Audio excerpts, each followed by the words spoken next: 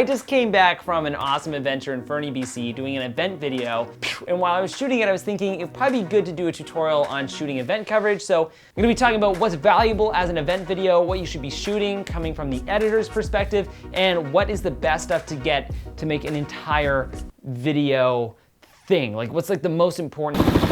I'm gonna be focusing on this event that I just shot up in Fernie, utilizing that as my reference, but I mean, all these sort of tricks and techniques can be applied to all sorts of coverage, not just of mountains and mountain bikers.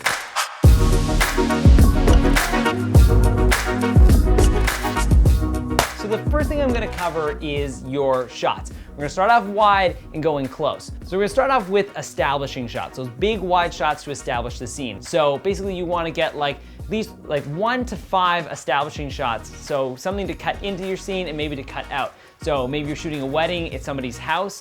For me, it was shooting like a wide shot of a mountain, people like climbing up it, or maybe it was like a drone shot, and then it was going into the close-ups and mediums of the scene. So you wanna have about 1 to 5 of those so you have some wiggle room and have something to cut into and something to cut out to that's a bit different. So for me, we utilize like drone shots. You can also use like basically like tilt downs. You can do like nice slow push-ins, basically anything that establishes the space so the audience has a bit of context to where your location is. Filming up in this space is so awesome. I just can't stop rolling because every single angle looks just nuts. Okay, now the second set of shots is getting it a little bit closer, going into those like medium wide shots. If you have a group of people together or like a little bit bigger of a landscape that you're playing around with, get like a medium or a wide sort of shot of that. And you probably want like 3 or 4 shots of that. So for me, it's like these people climbing up the mountain here. So I got a couple shots of that. And basically, I mean, if you have to get more and more because you're not getting the right shots, then absolutely do it. So once you bang out like 4 really good shots,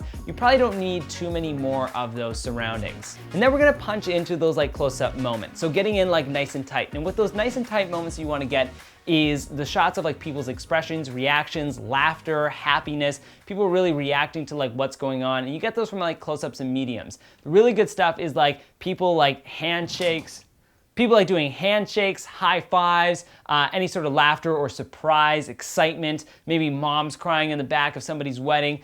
Basically, in those shots, I mean, get as many as you need. If you're shooting like a big wedding and there's like 100 people, try and get a vast majority of those people's expressions. So maybe you're gonna get like 20 expression shots or 30 expression shots because those are super duper valuable when you go into the edit.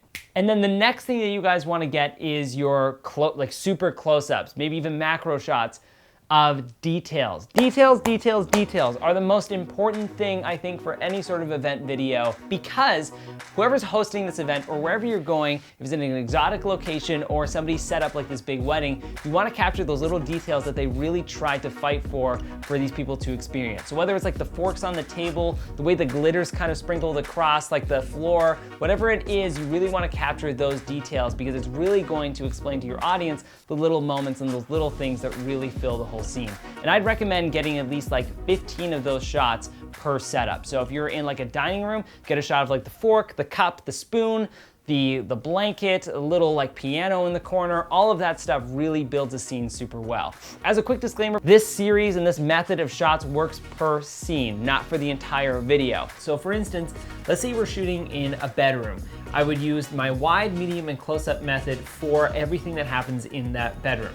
But let's say there's a lot going on. Maybe the actions are constantly changing. You might want to break it up per half hour. If you're doing like a live event and there's a lot of stuff going on, do this method for every single half hour. One of the biggest frustrations that I'll have doing a shoot is that I'll be overshooting and not really knowing what I'll need, and then end up going into the editing suite and not have all the coverage that I wanted, but having too many of a wide and not enough close-ups, or vice versa. So what do you get as your coverage? Maybe you're at an event, you want to capture those emotions. The best things that you can get is people cheering, laughing. Those are like the really good ones to capture. Any sort of sound bites of like clapping are really good. So like end a video on, cap a video off. And another thing that I'd recommend is actually recording audio from certain things. So maybe there's like a song that plays, people feet dancing. It's really hard to get those things online or find in like post-production. So I'd recommend getting like live audio sounds that are unique to the event right then and there, so you're not having to source out anything afterwards. And that can be like internal camera stuff. So like if someone's like riding their bike by the camera, I just had my microphone playing and I just got that sound because it just sounded so real and gritty. That's just using my Rode mic off of the camera. So it's just that's something to like really immerse your audience with. And then outside of that, have fun with it. I mean, once you have like that variety of shots for every scene, it narrows down the amount of footage. You're not like going through every video going like, oh, I'm crazy, I'm shooting everything. Get a wide variety of actions, reactions, how people play to the scene, a nice wide of like the establishing of the scene, and then the close-ups that explain the scene and how it feels.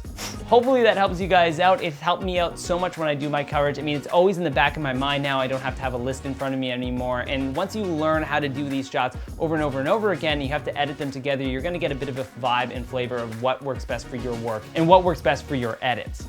And that is it, folks. If you guys like this tutorial and want to take a look at more, give us a subscribe, give us your support. I want to see your face more often. And if you guys like this tutorial even that much, check out all the other videos part of PremiumBeat. I got a bunch of videos there. Everybody's got a bunch of videos there. Really helpful tutorials, everything from After Effects animation tutorials to like Premiere Pro and like shooting techniques. So there's a lot of really fun stuff there. If you guys want to follow my life a little bit further, you can follow like my personal life on YouTube or on Instagram over there. And yeah, thanks for watching. I'll see you guys in another video and keep making great stuff.